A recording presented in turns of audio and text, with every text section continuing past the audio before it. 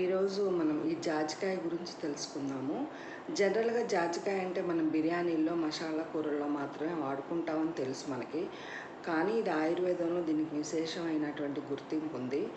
దీన్ని మనం కషాయాల్లో వాటిలో కలుపుకొని కనుక తాగితే మనకి డైజెషన్ ప్రాబ్లమ్స్ తగ్గుతాయి. రెస్పిరేటరీ ప్రాబ్లమ్స్ అంటే శ్వాసకోశ సంబంధ సమస్యలు తగ్గుతాయి.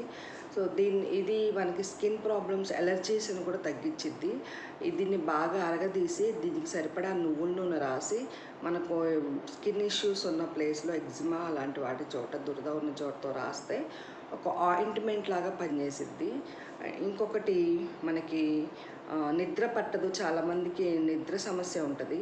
వాళ్ళకి ఈ పౌడర్ని ఒక హాఫ్ టీ స్పూన్ తీసుకొని, ఉసిరిపొడి 1 టేబుల్ స్పూన్ తీసుకొని దానికి సరిపడా తేనె కలిపి తాగితే అలా కొద్ది రోజులు తాగితే వాళ్ళకి ఆ నిద్ర లేమి సమస్య తగ్గిపోయిద్ది.